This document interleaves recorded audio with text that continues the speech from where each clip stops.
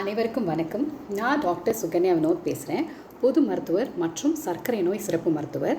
இன்றைக்கி November 14 world diabetes டே, அதாவது உலக நீரிழிவு நோய்க்கான நாள். ஸோ அதோட அவேர்னஸ் வீடியோவாக இந்த நீரிழிவு நோய் வராமல் தடுக்கிறது எப்படின்னு தான் இந்த வீடியோவில் நம்ம பேச போகிறேன். இது யாருக்கெல்லாம் ரொம்ப யூஸ்ஃபுல்லாக இருக்கும்னா, டாக்டர் என்னோட அப்பா அம்மாவுக்கு சுகர் இருக்குது, ஃபேமிலி ஹிஸ்ட்ரி இருக்குது, இல்லைனா எங்கள் தாத்தா பாட்டிக்கு இருக்குது, இல்லைனா நான் வந்து கொஞ்சம் உடல் பருமன் ஆகிட்டு வரேன், கொஞ்சம் என்னோடய லைஃப் ஸ்டைல் வந்து ரொம்ப செடென்ட்ரி லைஃப் ஸ்டைலு, அதாவது ஒர்க் ஃப்ரம் ஹோமில் இருக்கிறேன், நிறைய ஸ்க்ரீன் டைம் யூஸ் பண்ணுறேன் அப்படின்னா அவங்களுக்கு வந்து இந்த வீடியோ ரொம்ப யூஸ்ஃபுல்லாக இருக்கும். ஸோ உங்கள் அப்பா அம்மாவுக்கு டயபெட்டிஸ் இருந்தாலே உங்களுக்கு வர்றதுக்கான வாய்ப்பு ரொம்ப அதிகம். பிகாஸ் இது வந்து இன்ஹெரிட்டட். அப்போ வந்து அப்பா அம்மாவுக்கு டயபெட்டிஸ் இல்லைன்னா நம்மளுக்கு வராதுன்னு அர்த்தம் கிடையாது. ஏன்னா நம்மளோட லைஃப் ஸ்டைல் சேஞ்சஸ் வச்சும் அது வரும். நிறைய பேர் நியூலி டயக்னோஸ் டயபெட்டிஸ் வந்து என்கிட்ட கேட்பாங்க, என் ஃபேமிலி ஹிஸ்ட்ரியில் யாருக்குமே இல்லை டாக்டர், எனக்கு தான் வந்திருக்கு அப்படின்னு சொன்னாங்கன்னா அவங்களோட வாழ்வியல் முறை அப்படி இருந்திருக்கு, அதனால தான் அவங்களுக்கு வருது.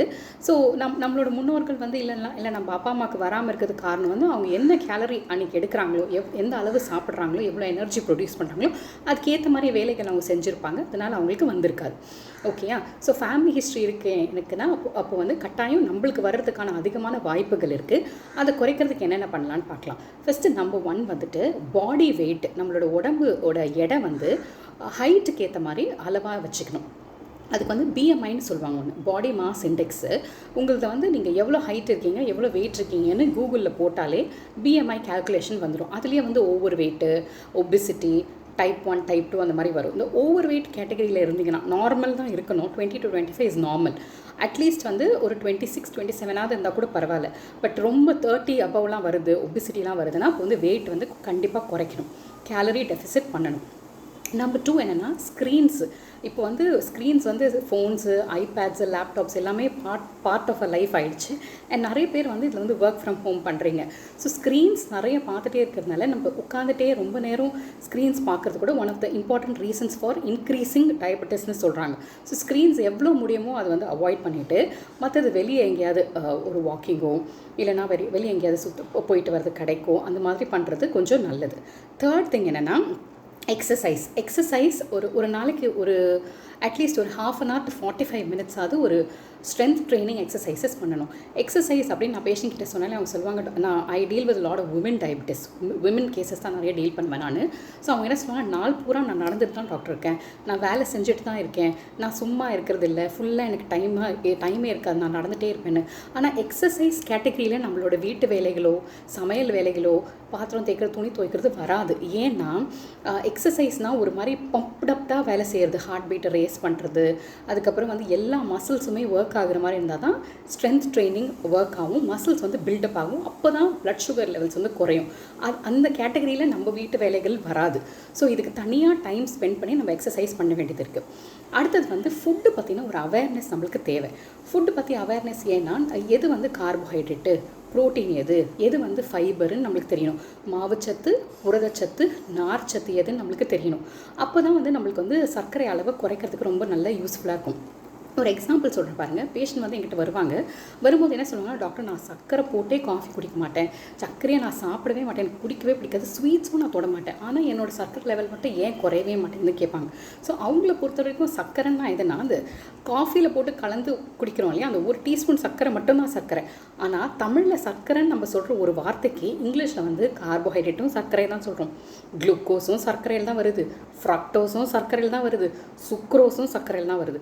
ஸோ இது எல்லாமே சேர்ந்து தான் நாங்கள் வந்து சர்க்கரையை குறைங்கன்னு சொல்கிறோம். ஸோ மாவுச்சத்து எல்லாமே சர்க்கரைக்கோட கேட்டகரியில் தான் வருது. அந்த அவேர்னஸ் ரொம்ப ரொம்ப முக்கியம். ஸோ இந்த மாவுச்சத்தெல்லாம் குறைச்சி புரதச்சத்து, ப்ரோட்டீன் இன்டேக்கு, வெஜிடேரியனாக இருந்தால் பன்னீர், சோயா சங்க்ஸு, சுண்டல் வகைகள் அதெல்லாம் இன்க்ரீஸ் பண்ணணும். நான் வெஜிடேரியன்ஸாக இருந்தால் மீட்டு, ரெட் மீட் வேண்டாம், ஒயிட் மீட்டு, சிக்கனு, ஃபிஷ்ஷு, எக்ஸு இதெல்லாம் கொஞ்சம் டெய்லி ஏதாவது ஒன்று இருக்கிற மாதிரி பார்த்துக்கணும். அதுக்கப்புறம் வந்துட்டு முக்கியமாக காய்கறிகள் காய்கறிகளில் இந்த கிழங்கு ஐட்டம் வராது. எதெல்லாம் வந்து பூமிக்கு கீழே விளையுதோ அதெல்லாம் வந்து கிளைக்கோஜனை தான் ஸ்டோர் பண்ணி வச்சுருக்கோம், அது திருப்பி உடம்புக்கு போய் கார்போஹைட்ரேட்டை தான் கன்வெர்ட் ஆகும். ஸோ அதெல்லாம் இல்லாமல் காய்னு முடியணும். முருங்கைக்காய், அவரைக்காய், புடலங்காய், கத்திரிக்காய், அந்த மாதிரி காய்னு கோவக்காய், இந்த மாதிரி ஐட்டங்கள்லாம் டெய்லி ஏதாவது ஒன்று இருக்கிற மாதிரி ஃபுட்டில் பார்த்துக்கோங்க. கீரைகள் கட்டாயம் சேர்க்கணும். அடுத்தது துரித உணவுகள்னால் fast foods, samosa, pastries, cakes, puffs, burgers, pizza இது எதுவுமே வந்து இதெல்லாம் குப்பை உணவுகள்னு சொல்கிறது. Once in a while if your blood sugar நல்லா இருக்குன்னா எப்போயாவது சாப்பிடலாம். ஆனால் ஒன்ஸ் டயபெட்டிஸ் ஆகிட்டிங்கன்னா இதை நான் சுத்தமாக அலோவ் பண்ண மாட்டேன். பட் ரொம்ப குறைச்சிக்கிறது ரொம்ப ரொம்ப நல்லது. ஏன்னா இது திருப்பி போய் பாடியில் மெட்டபலைஸ் ஆகிறதுக்கு ரொம்ப லேட் ஆகும். மைதா ஐட்டம்ஸ் எல்லாமே வந்துட்டு உடம்புக்கு ரொம்ப ரொம்ப கேடு. அடுத்தது இயர்லி ஒன்ஸ் ஆகுது நம்மளோட பிளட் சுகர் லெவல் எவ்வளோ இருக்குது, ஃபாஸ்டிங் பிளட் சுகர் எவ்வளோ, அதை சாப்பிட்றதுக்கு முன்னாடி ஒரு வாட்டி பிளட் கொடுக்கறது, சாப்பிட்டதுக்கப்புறம் போஸ்ட் பிராண்டியல் பிளட் சுகர்னு சொல்லுவாங்க அது, அதுக்கப்புறம் HbA1c அதாவது 3 மாத கண்ட்ரோல், கிளைகேட்டட் ஹீமோக்ளோபின் அது எவ்வளோ இருக்குது, யூரின் ரொட்டீன், யூரினில் சுகர்ஸ் போதா அதுவும் ஒரு வாட்டி பார்த்துக்கணும். நம்ம இயர்லி ஒன்ஸ் அது நம்ம டெஸ்ட் பண்ணிக்கணும். ஸோ இது எப்படி நம்மளுக்கு யூஸ் ஆகும்னா, ப்ரீ டயபெட்டிக் ஸ்டேட்டில் இருக்கும் போதே நீங்கள் கண்டுபிடிச்சி நீங்கள் ஒரு டாக்டர் கிட்ட டயபெட்டாலஜிஸ்ட் கிட்ட வந்துட்டிங்கன்னா அந்த ஸ்டேஜில் வந்து ரிவர்சல் வந்து பாசிபிள். ஸோ ப்ரீ டயபெட்டிக் ஸ்டேட்லேருந்து உங்களை வந்து நார்மல் ஸ்டேட்டு கொண்டு வரதுக்கான எல்லா முயற்சிகளும் பண்ணுவேன். இப்போ யாராவது என்கிட்ட வந்து ப்ரீ டயபெட்டிக் ஸ்டேட்டில் ப்ரெசென்ட் பண்ணுறாங்கன்னா நான் சொல்வேன், இப்போ உங்களுக்கு சுகர் இல்லை, ஆனால் இன்னும் ஒரு 5 வருட காலத்தில் 5 years down the lane you will become a diabetic. So better to start all the alteration now, diet alteration. மாத்திரைகள் எதுவும் ஸ்டார்ட் பண்ண மாட்டோம், இன்சுலின் கட்டாயமாக கிடையாது. ஸோ என்ன பண்ணுவேன்னா, எப்படி ஃபுட்டு மாடிஃபிகேஷன் பண்ணுறதுன்ற கவுன்சிலிங் மட்டும் நான் கொடுப்பேன். அதுலேயும் நிறைய பேருக்கு ரிவர்சல் நடந்திருக்கு. ஸோ ப்ரீ டயபெட்டிக் ஸ்டேட் கண்டுபிடிக்கணும்னா இயர்லி ஒன்ஸ் நீங்கள் பார்த்துட்டே இருக்கணும், சுகர் இருக்கான்ட்டு. அதுக்கப்புறம் மேக்ஸிமம் ஸ்க்ரீன்ஸ் அவாய்ட் பண்ணி நைட் அட்லீஸ்ட் 1 hour தூங்குறதுக்கு முன்னாடி ஸ்க்ரீன்ஸ் இல்லாமல் கொஞ்சம் நேரம் ஏதாவது இருட்டில் பார்த்துட்டு அப்படி இருந்தால் தான் தூக்கம் சீக்கிரம் செட் ஆகும். 7 to 8 hours of good sleep, நல்ல ஒரு ஆழ்ந்த தூக்கத்துக்கு போயிட்டு காலையில் நல்லா ஃப்ரெஷ்ஷாக எழுந்திரிக்கணும். மார்னிங் எழுந்திரிச்சதும் பவல் க்ளீன் பண்ணதுக்கப்புறமா எக்ஸசைஸ் ஒரு 1 hour, 7 நாளில் 5 நாள் அட்லீஸ்ட் எக்ஸசைஸ் பண்ணணும். அப்புறம் இந்த லேட் நைட் ஃபுட் சாப்பிட்றது, லேட் நைட் கிரேவிங்ஸ் எல்லாம் கம்மி பண்ணணும். லேட் நைட் ஃபுட் ஆர்டர் பண்ணுற பழக்கத்துலேருந்து கொஞ்சம் நம்ம வெளியே வரணும் எல்லாருமே. அதுக்கப்புறம் இந்த எக்ஸசைஸ் பண்ணுறதுல muscle building and strength training வந்து ரொம்ப முக்கியம். ஸோ மசில்ஸ் பில்ட் ஆனால் தான் பிளட் சுகர்ஸ் லெவல் வந்து ரொம்ப நார்மலைஸ் ஆகும். ஸோ இதெல்லாம் ஃபாலோ பண்ணிட்டு வந்தீங்கன்னா உங்களுக்கு வந்து டயபெட்டிஸ் செட்டுன்னு ஆகிறதுக்கு ரொம்ப லேட் ஆகும். இல்லைனா ரொம்ப அது டயபெட்டிஸ் இல்லாமையே வாழ்க்கையை வந்து நம்ம வாழ்ந்து முடிச்சிடலாம். ஸோ இப்போது ப்ராப்பர் லைஃப் ஸ்டைல் சேஞ்சஸ் வந்து ரொம்ப ரொம்ப அவசியமாக இருக்குது. ஃபேமிலி ஹிஸ்ட்ரி உங்களுக்கு இருக்குது ஆஃப் டயபெட்டிஸ்னால் அப்போது ஒரு நல்ல லைஃப் ஸ்டைல் சேஞ்சஸே போதும் நம்மளுக்கு வந்து டயபெட்டிஸை வந்துட்டு தூரம் வைக்கிறதுக்கு. ஐ திங்க் இந்த வீடியோ யூஸ்ஃபுல்லாக இருந்திருக்கும் நான் நினைக்கிறேன். நான் இன்னொரு யூஸ்ஃபுல்லான வீடியோவில் சந்திக்கிறேன். Until then, have a good glycemic control. Thank you.